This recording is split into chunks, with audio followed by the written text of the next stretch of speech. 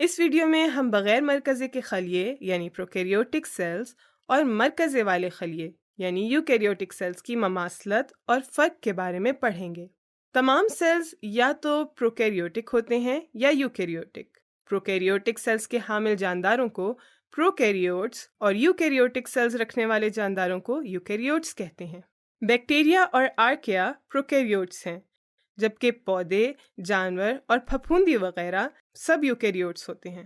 اگر جینیاتی مادہ ایک مرکزی جھلی یا نیوکلیئر انویلپ میں بند ہو جس سے ایک واضح مرکزہ یا نیوکلس وجود میں آئے تو یہ یوکیریوٹک سیلز ہوتے ہیں، جیسا کہ جانوروں کے سیلز۔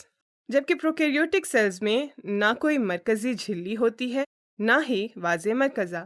ڈی این اے خلیہ مائع یا سائٹوپلازم میں موجود ہوتا ہے۔ جھلی کے بغیر والے مرکزے کو نیوکلوئڈ کہا جاتا ہے۔ اس کی کوئی ساخت یا شکل نہیں ہوتی۔ سادہ الفاظ میں یہ صرف وہ جگہ ہوتی ہے جہاں ڈی این اے پایا جاتا ہے۔ پروکیریوٹس ارتقائی عمل سے گزرنے والے پہلے جاندار تھے اور آج بھی سب سے زیادہ پائے جانے والے جاندار ہیں۔ کہا جاتا ہے کہ یوکیریوٹس ارتقاء کے ذریعے پروکیریوٹس سے ہی بنے ہیں۔ تو اس طرح مرکزہ پروکیریوٹک اور یوکیریوٹک سیلز میں فرق کرنے والی بنیادی شے ہے۔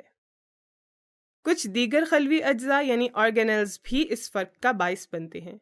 آرگینلز سائٹوپلازم میں موجود چھوٹے چھوٹے اجسام ہیں جو مختلف افعال سر انجام دیتے ہیں، جیسا کہ جاندار کے سیل میں توانائی فراہم کرنے والا مائٹوکونڈریا۔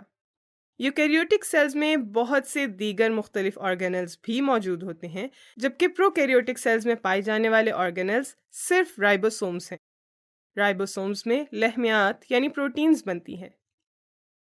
یوکیریوٹک سیلز میں آرگینلز بہت اہم ہوتے ہیں۔ بیکٹیریا ان کے بغیر زندہ رہ سکتے ہیں کیونکہ یہ بہت چھوٹے ہوتے ہیں۔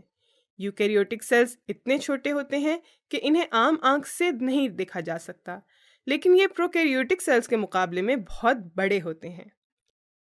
آرگینلز کے ذریعے یوکیریوٹس اپنے اندر کے انتظامات تیزی سے سر انجام دیتے ہیں۔ سیل کے کام بانٹ دیے جاتے ہیں، یعنی مختلف آرگینلز مختلف کام کرتے ہیں، لیکن ان کے بڑے ہونے کا مطلب بہتر ہونا نہیں ہے۔ پروکیریوٹس کی چھوٹی جسامت اور سادہ ساخت ان کے لیے فائدہ مند ہے۔ چھوٹا ہونے سے ان کی سطحی رقبے اور حجم کی نسبت زیادہ ہوتی ہے، اس لیے یہ اپنی غذائی ضروریات آسانی سے پورا کر لیتے ہیں اور تیزی سے جسامت اور تعداد میں بڑھتے ہیں۔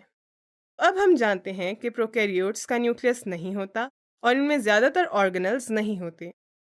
آخری بات یاد رکھنے کی یہ ہے کہ تمام پروکیریوٹس یک خلوی یعنی یونی سیلولر ہوتے ہیں۔ ان کی تعریف بغیر جھلی کے مرکزے والے یک خلوی جاندار کے طور پر کی جاتی ہے۔ یوکیریوٹس یک خلوی اور کثیر خلوی یعنی ملٹی سیلولر دونوں ہو سکتے ہیں۔ یہ بات کہ تمام پروکیریوٹس یک خلوی ہوتے ہیں ابھی حتمی نہیں ہے، کیونکہ بہت سے بیکٹیریا ہیں جو آپس میں مل کر مختلف افعال بانٹ لیتے ہیں۔ اس طرح وہ سیلز کی ایک کالونی بنا لیتے ہیں جو زیادہ بہتر طریقے سے کام کرتا ہے۔ یہ کثیر خلوی جاندار کی خصوصیت ہے۔ تاہم کسی پروکیریوٹس کو کثیر خلوی نہ کہنے کی بھی بہت سے دلائل ہیں۔ تو آج کی ویڈیو میں ہم نے بغیر نیوکلیس والے پروکیریوٹس اور نیوکلیس والے یوکیریوٹس کے بارے میں پڑھا۔